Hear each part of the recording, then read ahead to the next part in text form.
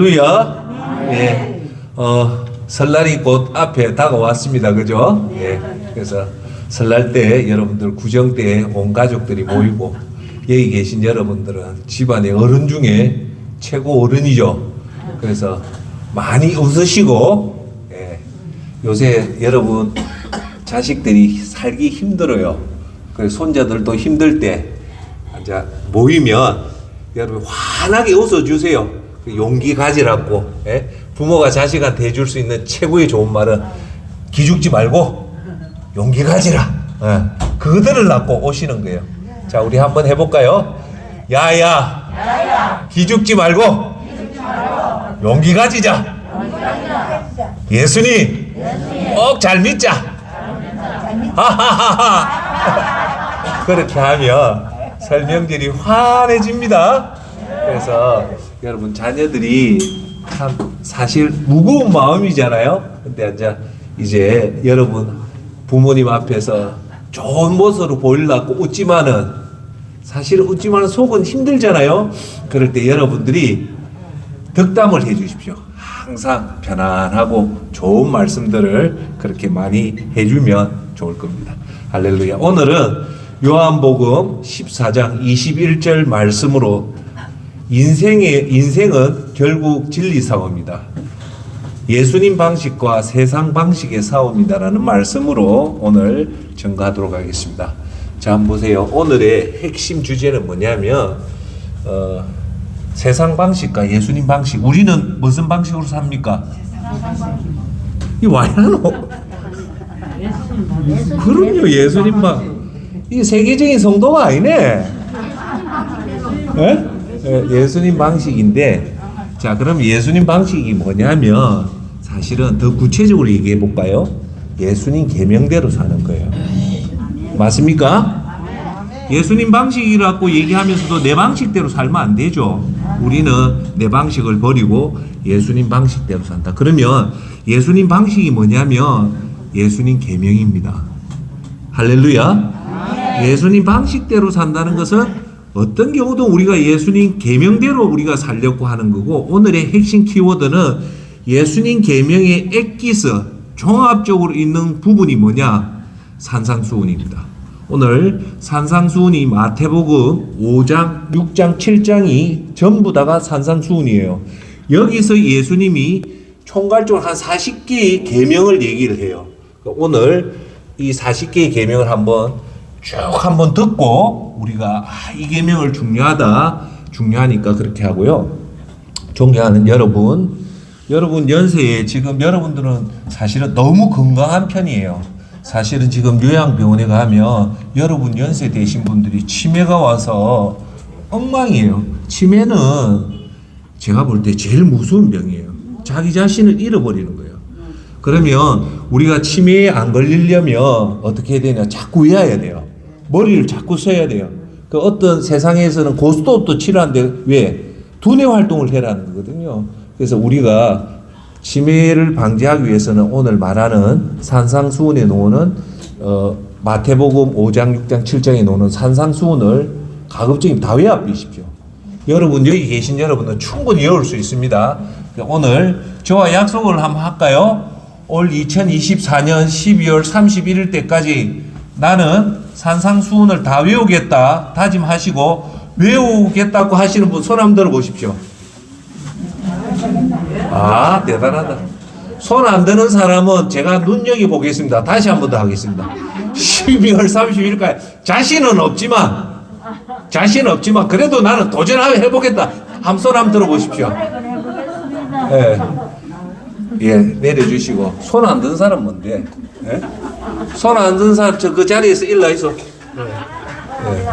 그래서 여러분 꼭 12월 31일까지 산상수훈을 외우신 분은 저한테 얘기해 주셔서 외우면 제가 큰 선물을 드리겠습니다. 꼭 드립니다, 진짜. 예. 그만치 왜?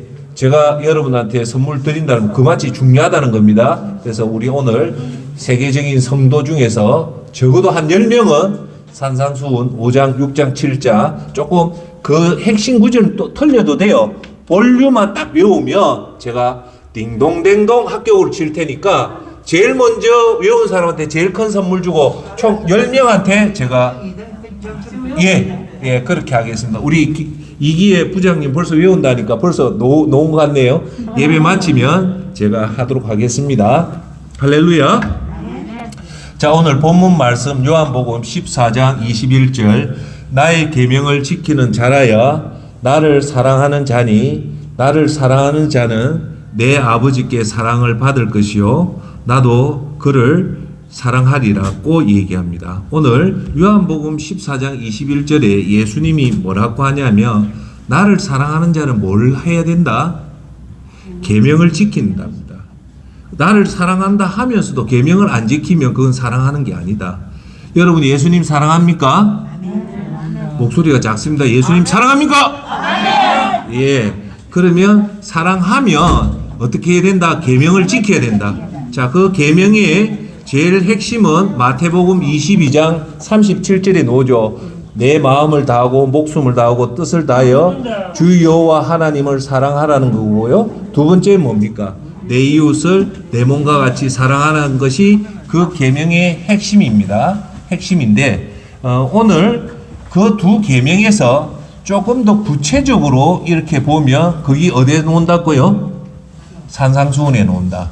산상수훈은 예수님이 산에 올라가서 쭉 얘기를 하는데 예수님의 핵심 사역의 계명을 모아서 40가지 계명을 얘기를 한다는 거예요. 오늘 그래서 오늘 설교 때 그 40가지를 말씀을 드릴게요. 엑기스적으로. 예. 자, 인생은 결국요 무슨 싸움이냐? 인생은 무슨 싸움일 것 같습니까? 예. 돈 싸움이다. 기 싸움이다. 재산 싸움이다. 명예 싸움이다. 아, 여러분은 까딱도 안 합니다. 역시 세계적인 성도다. 그러면 인생은 진리 싸움이다. 아, 역시 대단합니다. 다른 데 가면요 엉뚱한 거에 대해서 반응을 하는데 여러분 진리 싸움이라니까 그겁니다. 자, 예, 맞습니다. 인생은 진리 싸움인데 진리 싸움은 좀 있어 보이는 얘기죠. 그러니까 쉽게 얘기하면 인생은 예수님 방식대로 살 것인가 세상 방식대로 살 것인가 그 싸움이에요. 우리는 무슨 방식대로 삽니까? 예수님 방식대로 살고 세상 사람은 세상 방식대로 사는 거예요. 예. 자, 그러면 예수님 방식대로 산다는 말은 더 구체적으로 얘기하면 우리는 예수님 계명대로 사는 거고 세상은 세상 방식대로 산다. 그러면 저는 예수님 방식의 상징이 뭐냐면 우리는 예수님 방식대로 산다는 것은 곧 예배 중심으로 산다는 거고 세상 방식대로 산다는 것은 돈 중심으로 산다는 거예요. 상징적으로. 이해하시죠? 우리는 무슨 중심으로 사는 거예요? 예배 중심. 즉 하나님 중심으로 우리가 산다. 세상은 돈 중심. 그렇다고 우리가 돈을 멀리하는 건 아니죠. 중요한 거는 우선순위가 우리한테 제일 우선은 뭐다? 예배다. 즉 하나님 계명대로 살고 그 다음에 우리가 세상에 나가서 세상 사람보다 더 열심히 사는 것이 건강한 그리스도인의 모습입니다. 할렐루야. 예. 자, 그래서 우리는 예배는 하나님을 경외하는 중심이고 하나님 계명을 중심한다는 거고. 자, 여기 오늘 여러분들 오신 것은 하나님 중심으로 서기 위해서 온 거잖아요. 그죠? 예. 여러분 예배 일에 참석하는 게 절대 쉽지 않습니다. 성령님이 여러분들 인도해 주어야 되고 성령님이 인도 못하면 예배 놓고 싶어도 못 놓아요. 예. 할렐루야. 돈의 세상의 방식은 무슨 방식요? 돈을 중심으로 한다. 자, 그러면 제가 한번 질문을 던져볼게요. 여러분들한테 중요한 부분. 예배 중심이라는 것은 내 중심입니까? 하나님 중심? 하나님 중심이죠. 돈의 중심이라는 것은 누구 중심입니까? 돈을 버는 이유가 뭘까요? 결국은 나를 즐기고 하고자 하는 거죠. 그죠? 그러니까 그겁니다. 그런데 이 두 차이는 사실은 지금 우리가 살아가면 어떤 사람 예배 중심으로 여러분같이 예배 중심으로 서는 사람이 있고 세상 지금은 차가 안 나요. 근데 언제 차가 나냐면 인생의 끝에 가면 극명하게 차가 납니다. 할렐루야. 우리는 그 인생의 끝에 준비하는 자입니다. 할렐루야. 그래서 우리는 그런 준비를 잘하고 저축이 잘 된 사람은 인생의 끝에 죽음 앞에 서면 두려울까요? 안 두려울까요? 안 두렵습니다. 할렐루야. 예. 자, 그래서 우리가 예수님 말씀하신 오늘 산상수훈 그 40 계명대로 살려고 노력하며 첫째 따라합시다. 내가 산다. 여러분 돈으로 사는 거 아닙니다. 항상 하나님 말씀대로 사는 게 내가 살고, 두 번째 내 배우자가 산다. 따라합시다. 배우자가 산다. 남편이 살고 아내가 산다. 그 다음 제 자식이 산다. 따라합시다. 자식이 산다. 우리 세계적인 성도는요 장점이 있어요. 뭐냐, 초반에는 아주 잘해요. 근데 이 설교가 좀 중반으로 가면 시들시들 앉아 주무시는 분이 나오는데, 오늘은 끝까지 안 자고 한번 가봅시다. 할렐루야. 왜냐, 여러분들 세계적인 성도다.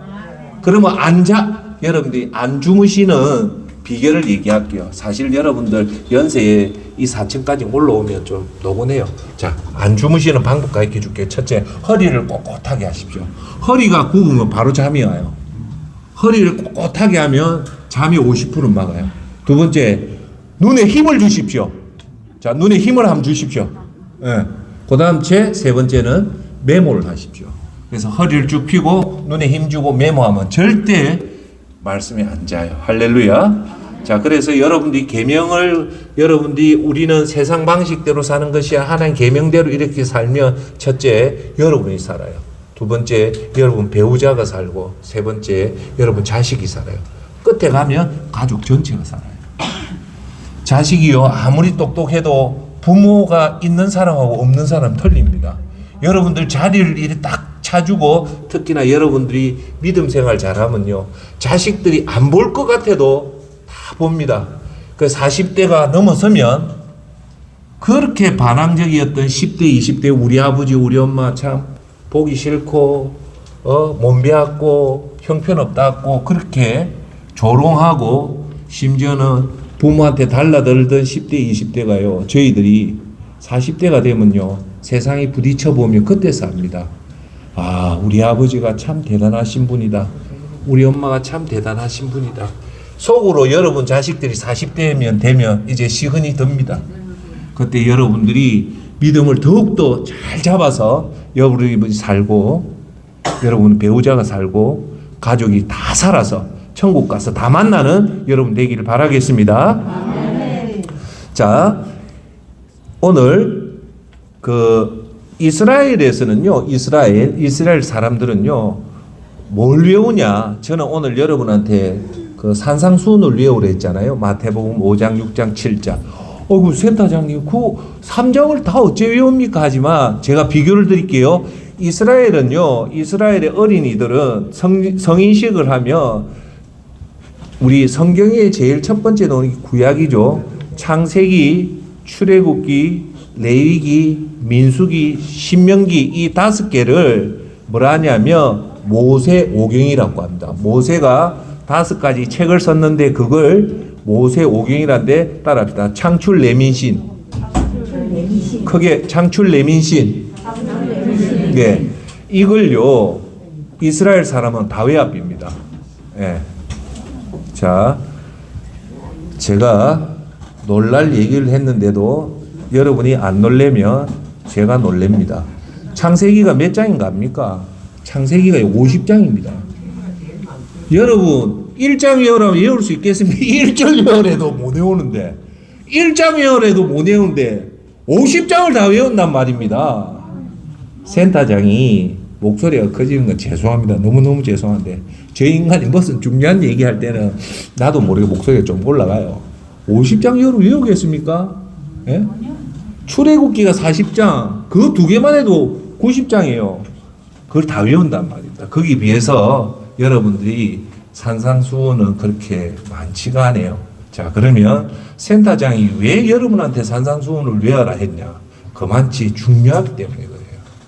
가슴속에 색이라는 거예요. 저는 자기 전에 잠이 안 오면 제일 많이 보는 게 뭐냐? 산상수훈을 이렇게 외워요. 쭉 봅니다. 예. 자, 지금부터 거의 유명한 산상수훈에 들어가도록 하겠습니다. 이거는 올 2024년 우리가 올해 우리가 다 약속을 했죠. 무슨 약속했습니까, 우리가? 예? 예? 이거 왜 이랍니까? 우리 올 초에 우리의 목표가 뭡니까? 올 목표가 산성이 오자는 거였습니까? 아이고, 왜 이랍니까? 세계적인 성도 지금 세계적으로 다 여러분들 주목하고 있는데 뭡니까? 미치겠네. 따라합시다. 전성기. 우리 그렇게 내가 10번에 걸쳐서 전성기인데 수정 여사님 산송이 오잖아. 오늘 나한테 이거. 자, 올해 2024년 목표가 뭡니까? 전성기. 무슨 전성기? 믿음의 전성기다. 네, 그걸 보내기 위해서는 우리가 이 산상수훈 예수님 방식대로 우리가 살아가야 됩니다. 자, 지금부터 들어갈게요. 산상수훈 마태복음 5장에 오는 제일 첫 번째가 뭐냐? 첫 번째가 40개의 계명이 나와요. 예수님이 이 계명 이렇게 살아라는 뜻이에요. 이렇게 살아라. 그러니까 예수님이 말씀하신 그 40개를 오늘 보자 말입니다. 첫 번째가 뭐냐? 제가 얘기했죠. 산상수훈은 순서가 엄청 중요해요. 5장의 앞에 몰아놓은 이유가 다 있어요. 그리고 7장 마지막에 또 한 이유가 있기 때문에 여기는 놀라운 사실이 있어요. 할렐루야. 자, 8복부터 합니다. 산상수훈에 제일 먼저 놓는 계명이 뭐라고요? 1번 6복, 2번 7복, 3번 10복, 4번 8복. 8복입니다. 8복이 뭐냐? 8가지 복이라는 거예요. 그게 이제 산상수훈에 딱 나와요. 1복, 마음이 가난한 사람 복이 있다. 하늘나라가 그들의 것이다. 2복, 두 번째 복, 슬퍼하는 사람은 복이 있다. 그들이 위로를 받을 것이다. 이런 상태가 되면 이런 복이 있다는 거예요. 8복의 구조는. 세 번째 복, 마음이 온유한 사람은 복이 있다. 그들이 잃은 사람은 땅을 상속받을 것이다. 네 번째 복, 의를 위해 줄이고 목마른 사람 복이 있다. 그들이 배부를 것이다. 의를 위해 줄인다는 배가 고프고 목마른 사람 복이 있다는 거예요. 다섯 번째 복, 자비로운 사람은 복이 있다. 그들이 하나님의 자비를 얻을 것이다. 여섯 번째 복, 마음을 깨끗이 한 사람은 복이 있다. 그들이 하나님을 볼 것이다. 일곱 번째 복, 평화를 위해 일하는 사람 복이 있다. 그들이 하나님의 아들이라 불릴 것이다. 여덟 번째 8복입니다. 의롭게 살려고 하다가 박해받는 사람은 복이 있다. 하늘나라가 그들의 것이다. 이것이 총 8가지 복인데 따릅니다. 8복. 이 8복은요, 제가 여러분한테 설교를 하면 이거 한 100시간 이상의 설교거리가 나옵니다. 이 단순한 것 같지만 여기는 아주 너무너무 놀라운 사실이 있는데, 여러분, 우리가 오늘 저와 여러분들이 여기 모인 목적이 뭡니까? 우리 믿음 생활 잘하려고 모인 거예요. 우리가 믿음 생활 잘하기 위해서는 제일 필요한 것이 뭐냐? 이 산상수훈의 첫 번째 노는 8복 중에 제일 첫 번째 노는 따라합시다. 심령이 가난한 복. 심령이 가난한 복이 되면 우리가 이 땅에 살면서 모든 믿음 생활은 잘할 수 있어요. 자, 거꾸로 얘기할게요. 우리가 심령이 안 가난하다면 우리 믿음 생활은 절대 제대로 안 합니다. 여러분, 제가 얘기했죠. 우리 믿음의 최고 정상은 뭡니까? 우리 믿음의 최고 정상은 섬김의 정상이에요. 우리 믿음 생활 정말 잘하면 맨 마지막의 단계는 우리가 사람 위에 군림하는 것이 아니라 사람을 철저하게 섬기는 자리에 서야 됩니다. 그것이 우리가 마지막 단추를 끼우는 건데, 마지막 섬김의 자리가 되기 위해서는 반드시 해야 될 게, 우리 마음에 갖춰야 될 게 뭐냐? 따라합시다. 심령이 가난해야 된다. 예. 자, 그러면 오늘은 그냥 넘어갈게요. 중요해서. 심령이 가난하면 어떻게 되냐면 애통하는 자가 돼요. 심령이 가난하기 때문에 뭐가 애통하냐? 나의 무능함, 나의 죄성, 내가 예수님은 나를 위해서 했지만 내가 얼마나 배반적으로 사는가에 대한 그런 애통함이 나와요. 그렇게 되면 세 번째가 어찌 되냐? 심령이 가난하고 애통해지면 우리 마음이 온유해집니다. 이 8복이 이런 순서가 그 다음 네 번째 복은 그렇게 되면 마음이 온유해지면요, 우리한테 어떤 것이 오냐? 하나님의 정의에 대해서 배고프고 목마르게 돼요. 하나님 계명을 자꾸 찾고자 하는 그런 자발적인 마음이 생겨요. 다섯 번째 복이 그렇게 되면 우리가 정의가 목마르고 정의를 찾고자 하면 우리가 어떻게 나오냐면 긍휼한 자가 돼요. 그때부터 이제 가난한 자, 헐벗은 자, 아픈 자, 옷 없는 자가 긍휼히 여겨져요. 이 긍휼이 여겨진 상태가 뭐냐? 여섯 번째 마음이 청결해져요. 마음이 청결해지고 그렇게 되면 이제 일곱 번째 핵심, 화평케 하는 사람이 돼요. 평화를 만드는 사람은요, 이 여섯 가지 복이 안 되면 절대 화평케 못해요. 할렐루야. 자, 일곱 번째가 화평케 하는 자가 되고 마지막 여덟 번째가 되면 이 일곱 번째 단계가 되면 여덟 번째 사람이 돼요. 여덟 번째가 뭡니까? 의롭게 살려고 하다가 박해를 받는다는 거예요. 자, 여러분 이거 잘 보세요. 이 중에서 의롭게 살려고 박해를 받는다는 것은 이걸 하면 내가 박해를 받는 걸 알면서도 한다는 거죠.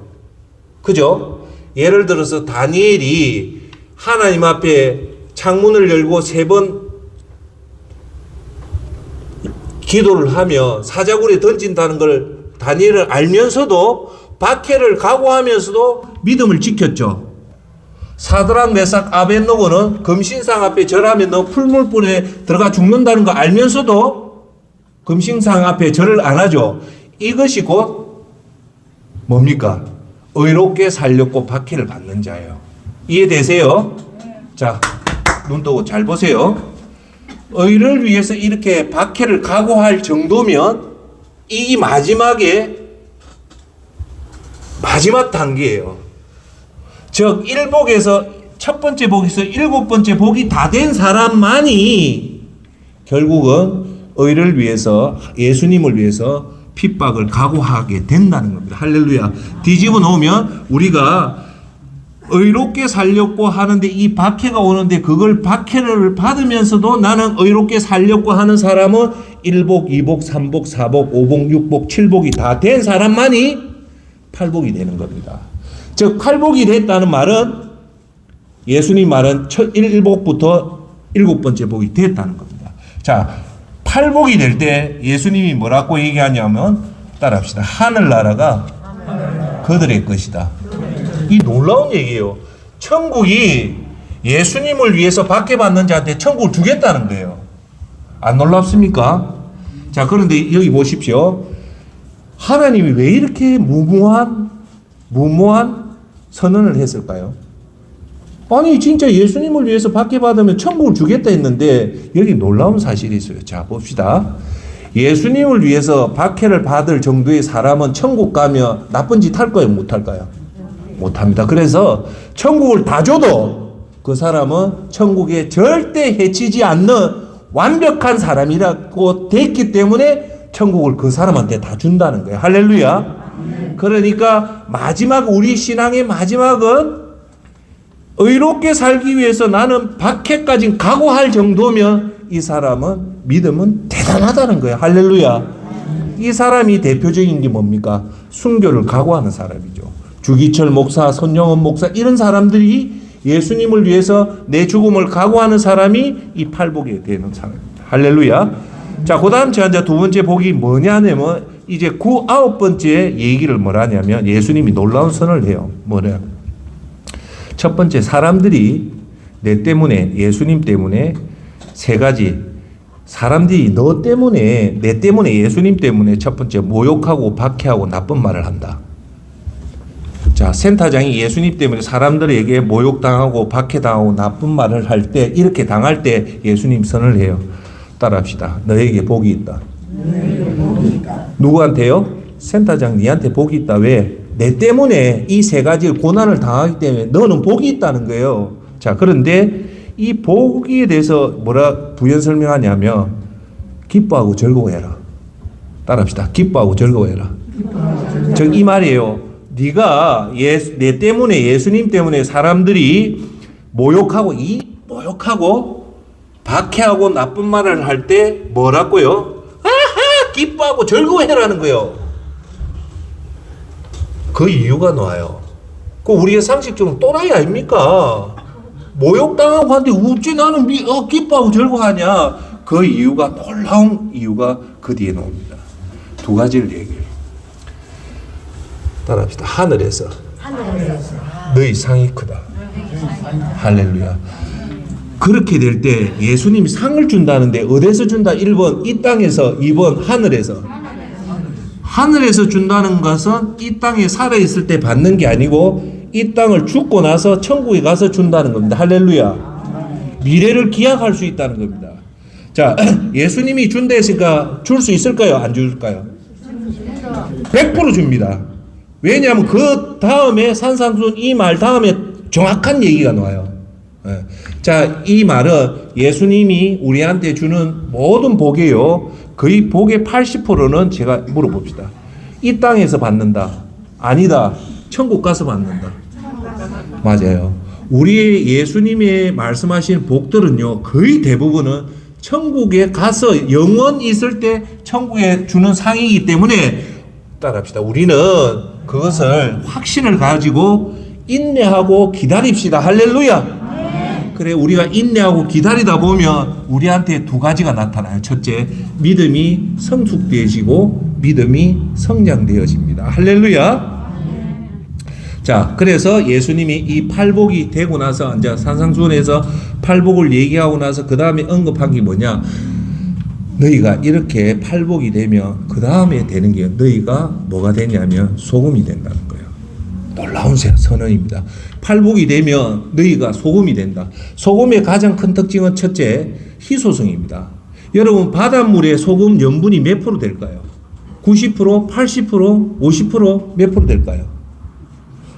놀라지 마십시오. 바닷물에 소금의 염분 비율이요 0.3%밖에 안 됩니다. 놀랍죠? 우리가 수영하다가 바닷물 먹으면 엄청 짠데 그게 우리가 생각하면 한 50% 된다 하지만 사실은 바닷물의 염분의 농도는 0.3%밖에 안 돼. 극소수다. 그런데 극소수지만 바다 전체를 하죠. 소금이라는 것은 예수님 믿는 사람 극소수다. 하지만 여러분도 특권을 받았다는 거예요. 하지만 너희들이 받은 이 특권은 뭐냐? 소금의 역할은 세상을 부패를 막는 의인이라는 겁니다. 할렐루야. 제가 지난번에 했죠.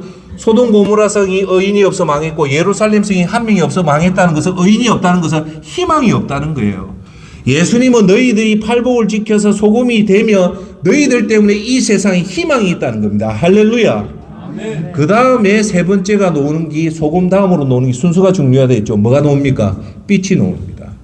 그래서 너희가 소금이 되면 그때서 비로소 뭐가 된다? 빛이 된다는 거예요. 여러분, 세상 사람들은 소금의 역할을 안 하고 자꾸 빛이 돼서 사람들한테 자기 자랑을 하려고 하는데 성경은 뭐라고 합니까? 소금이 될 때야만이 비로소 빛이 된다. 즉, 소금이 되면 가만히 있어도 빛이 되게 해준다는 겁니다. 할렐루야. 그래서 빛은 뭐라고 얘기하냐? 너희가 선행이 곧 빛이라는 거예요. 할렐루야. 이 순서가 그래 중요한 거예요. 그리고 소금과 빛이 되려면 소금이 돼야 되고 소금이 되려면 뭐가 돼야 된다? 팔복이 돼야 된다. 팔복의 사람 상태가 될 때 저와 여러분들이 소금이 된다는 겁니다. 할렐루야.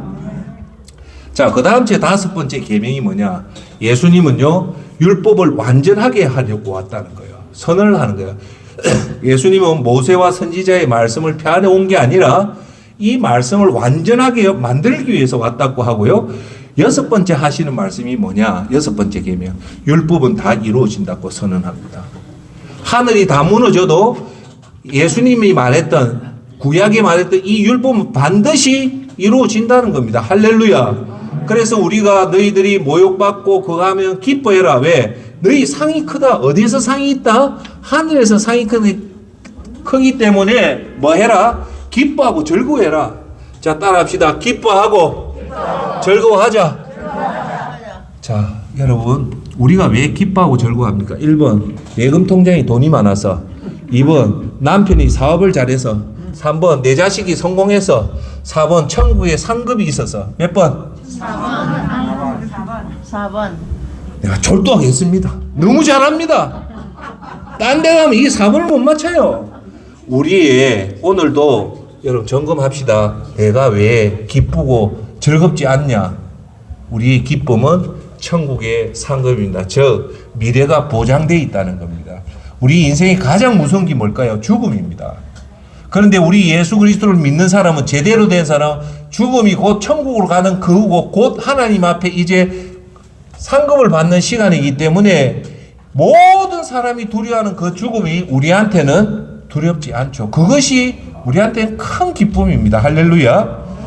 자, 그 다음 제 7번째 예수님이 뭐라 하냐면 천국에 큰 자의 두 가지 조건을 합니다. 천국에 가면 이 말씀을 보면 차별이 있다는 거예요. 큰 자가 있고 적은 자가 있다는 거예요. 분명해요. 여기 여러분 천국 가면 천국에서 큰 사람이 있고 여기 분명히 작은 자가 있다. 그건 예수님 직접 말해요. 그 기준이 뭐냐? 이렇게 얘기해요.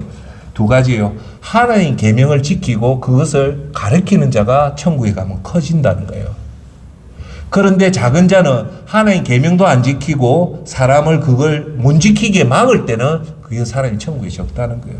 그러니까 우리가 이 땅에서 첫째 계명을 잘 지키고 두 번째 그 계명을 나만 지키는 게 아니라 자식들한테 잘 가르쳐서 그 자식들도 계명을 잘 지키게끔 예수님 방식대로 살게끔 하는 자가 천국에 가면 상급이 크다는 겁니다. 할렐루야.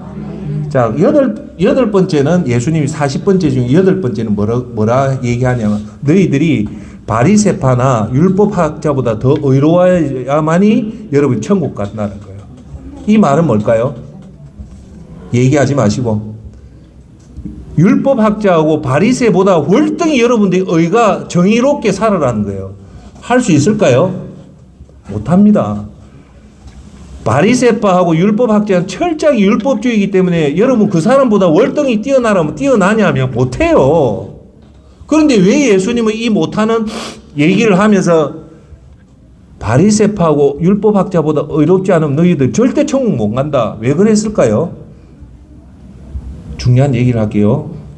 바리새파하고 율법학자처럼 외식하지 말라는 거예요. 외식하면 안 된다는 거예요. 외식의 상징 대가가 누구냐? 바리새파하고 율법학자예요. 이 사람들이 외식하는 걸 너희들은 못 따라간다. 그러면 제가 물어봅시다. 우리가 이 율법학자와 바리새파보다 의롭게 될 수 있는 방법이 뭘까요? 있어요. 없는 게 아니고 그게 뭐냐?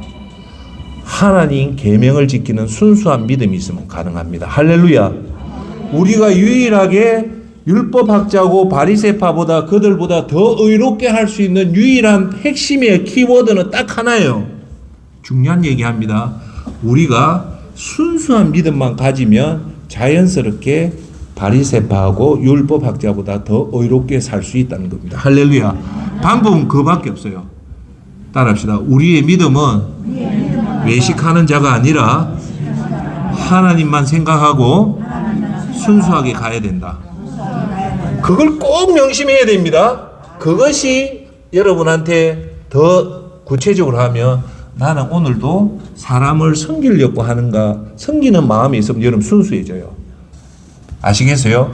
여러분 마음이 섬기는 마음이 있으면 무조건 바리새파하고 율법학자보다도 훨씬 더 의로운 사람, 예수님 말하는 그 기준에 들어갑니다. 자, 여기서 우리가 알아야 되는 거 8번째 예수님 계명은 순수한 믿음.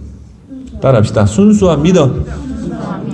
그걸 꼭 순수한 믿음은 뭐냐? 구원의 기쁨대로 사는 거예요. 다른 거 없어요. 우리는 이 땅에 복 받을 필요 없어요. 우리는 7천조 원 이상의 복을 다 받았기 때문에 우리는 이제 남아있는 것을 예수님 말씀대로 하나님을 사랑하고 이웃을 사랑하라고 하면 됩니다. 자, 그 다음 이제 이 중요한 순서가 9번째는 엄청나게 주기도문이요. 9번째가 아니고 10몇 번째 나와요. 그러면 9번째가 뭐냐? 놀라운 사실이 나와요. 형제하고 화목하고 화해하라는 거예요. 계명 중에 이게 성경에 드러나요. 그럼 뭐라냐? 형제에게 화내는 자, 형제에게 나쁜 말 하는 자, 형제에게 바보라고 하는 자, 이런 자, 그리고 제단에 예물 드리기 전에 형제하고 화해하라. 관계 중 형제가 나와요. 이게 뭘까요? 모든 인간관계가 형제에서 출발한다. 우리가 제일 가까이 있는 사람한테 있다는 것은 우리의 허물이 제일 잘 드러나는 관계죠. 그래서 그거 가장 가까이 있는 사람한테 잘해라는 거예요. 할렐루야. 10번째가 뭐냐? 너를 고소한 사람이 있다면 빨리 화해해라는 거예요. 빨리 화해해라. 11번째가 뭐냐?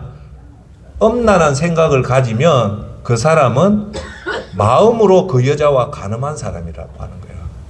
엄란한 생각조차도 하면 안 된다. 왜? 우리의 간음의 출발이 어디에서 나올까요? 마음에서 출발해요. 그래서 여자를 엄란한 마음으로 보면 그건 벌써 마음으로 간음을 했다. 여기 계시는 남자 여러분, 여자를 그렇게 엄란한 눈으로 보면 안 됩니다. 예? 예.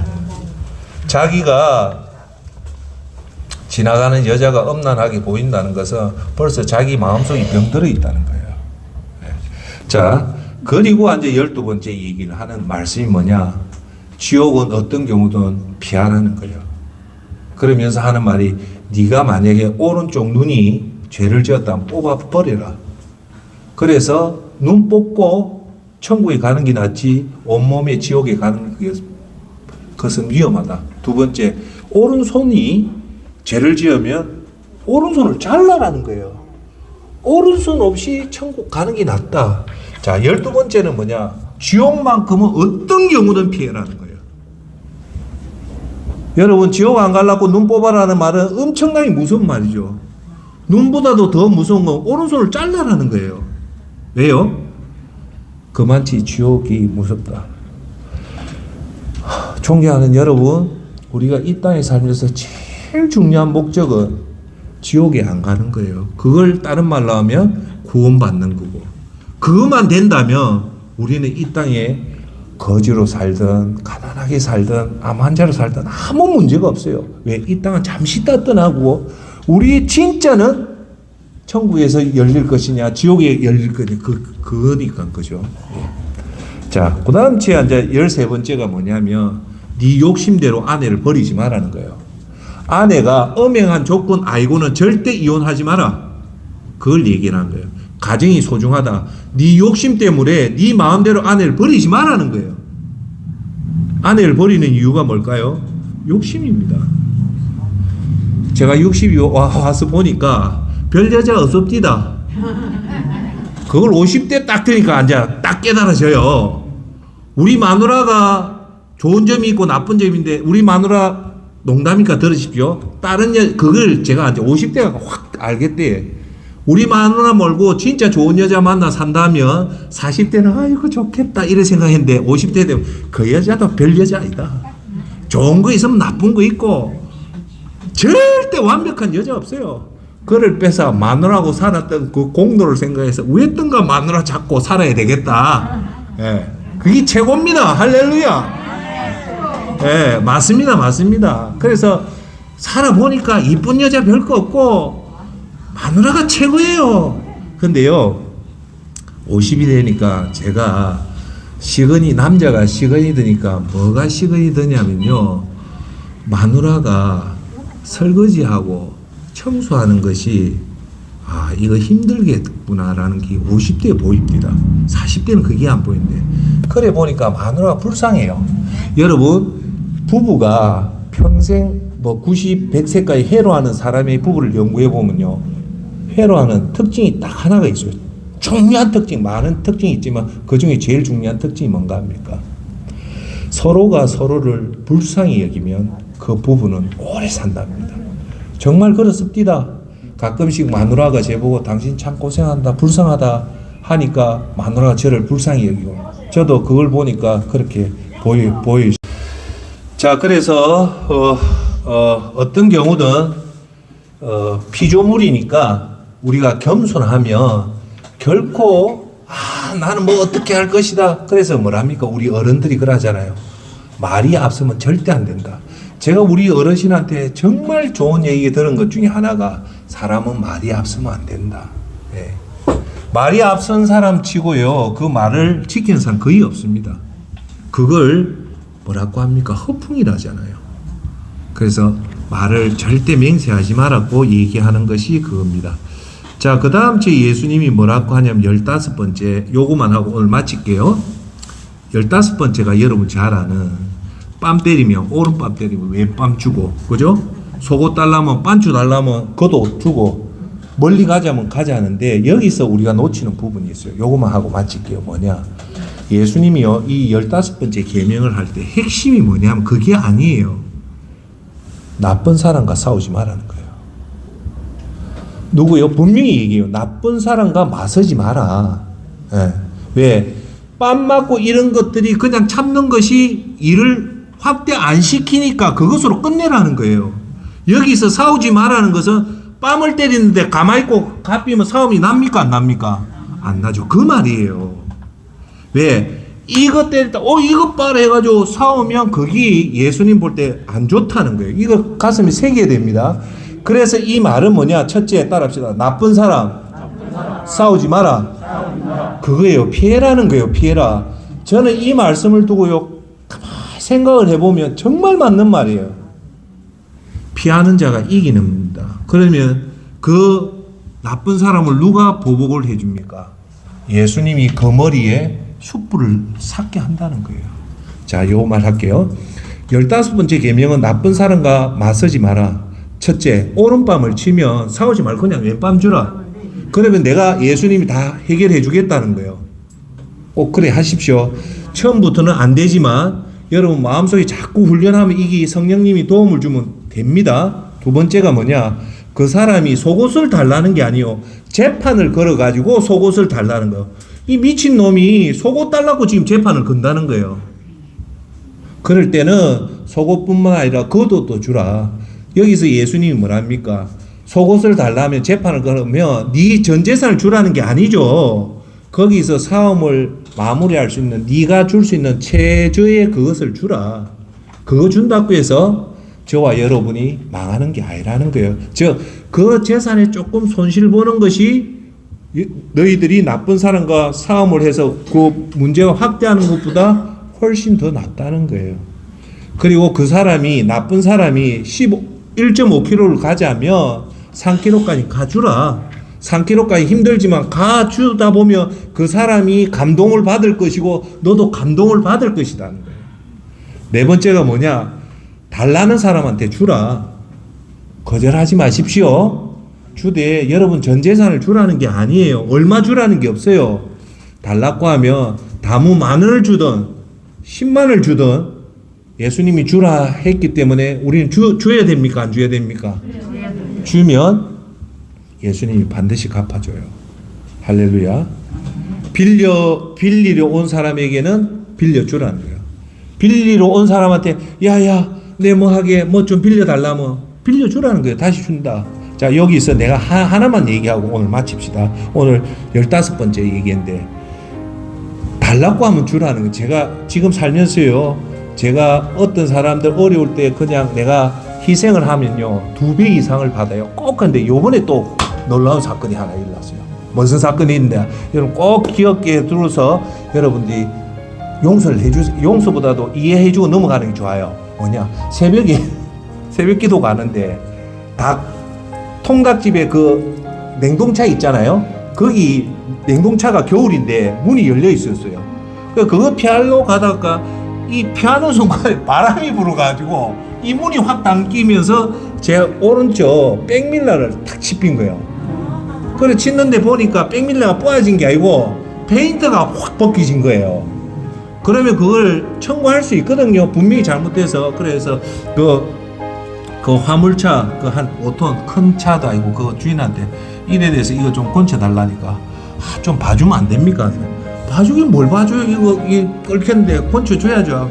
지금 안 되니까 일단 명함 주의소하고 내가 받고 왔어요. 그 교회에서 예배드리고 집에 가는데 내가 좀 잘못했다 생각이 들더라고요. 그 백밀러가 부서진 것도 아니고 좀 키스가 나가지고 그 페인트가 자국이 나니까 좀 보기는 싫잖아요. 싫어도 저 사람들 새벽에 저렇게 돈 벌려고 노력하는 사람인데 내가 그러면 안 되겠다 싶어서 그 명함 받고 연락 안 했어요. 그냥 좋은 게 좋다고. 그래 하고 나서 정확하게 한 달 반 우리 수영로교회 지하 4층에서 차를 빼다가 에쿠스 차를 긁어빈 거예요. 좀 심하게 긁었어요. 아이고 이거 내가 앞만 봐도 견적이 한 100만 원 나오겠더라고요. 그래서 어쩌겠냐, 사진을 다 찍고 내 차랑 넘버를 찍고 해서 그 사람 차에 보면 자기 이제 연락처가 있잖아요. 글로 선생님 죄송합니다, 제가 후진하다 이렇게 박았습니다 하고 제 그 차 넘버하고 제 이름하고 제 연락처하고 다 해서 연락 주시면 제가 그 고쳐 주겠습니다 했는데요, 지금까지 연락이 없어요. 할렐루야. 그게 우연일까요? 우연 아닙니다. 에쿠스 좋은 차예요. 내가 봐도 그게 꺾여서 뭐 씩씩해가 바로 전화해가지고 정비공장 꽂히는데 지금 4개월째인데 연락이 없어요. 누가 그랬을까요? 예수님이 그런 거예요. 네가 그 가난한 사람 긍휼하게 보니까 네한테 더 잘해줘. 저는 그런 감정이 너무 많아요. 할렐루야. 그래서 우리는 절대 나쁜 사람이 뭐 어려운 사람이 뭐 좀 달라고 하면 꼭 주십시오. 할렐루야. 이제 결론을 맺을게요. 오늘 우리가 예수님 말했던 오늘 설교 주제가 뭡니까? 인생은 결국 진리 싸움이다. 진리 싸움은 좀 멋있게 포장한 거고, 인생은 예수님 계명대로 사는 사람과 내 방식대로 사는 사람이 있다. 우리는 예수님 계명대로 사는 것이 예수님 방식대로 사는 거다. 그 예수님 계명대로 사는 게 하나님을 사랑하고 내 이웃을 사랑하는데, 이걸 더 구체적으로 하면 마태복음의 5장, 6장, 7장에 나오는 산상수훈, 그게 총 40개의 계명이 있다. 우리는 이 땅을 떠날 때까지 이 40개의 계명대로 지키자. 오늘 얘기 잘 나왔네. 제가 그 계명대로 지키니까 예수님이 더 큰 축복을 준다 아닙니까? 할렐루야. 오늘 저와 여러분들은 2024년을 내 방식대로 내 방식대로 살지 마시고 예수님 방식대로, 예수님 계명대로 살면 예수님이 여러분을 지켜주시고 여러분을 인도해 주시고 여러분을 좋은 믿음의 축복을 주는 것을 여러분 꼭 믿으시기를 바라겠습니다. 부장님, 이제 결론을 맺겠습니다. 여러분, 아직 기도가 아니고요, 뭐냐면 마칩시다. 그래서 오늘 그 마음을 꼭 가지고 다음 주에 나머지 부분을 할 테니까 그걸 새기는 여러분 되기를 예수 그리스도 이름으로 축원합니다. 기도합시다.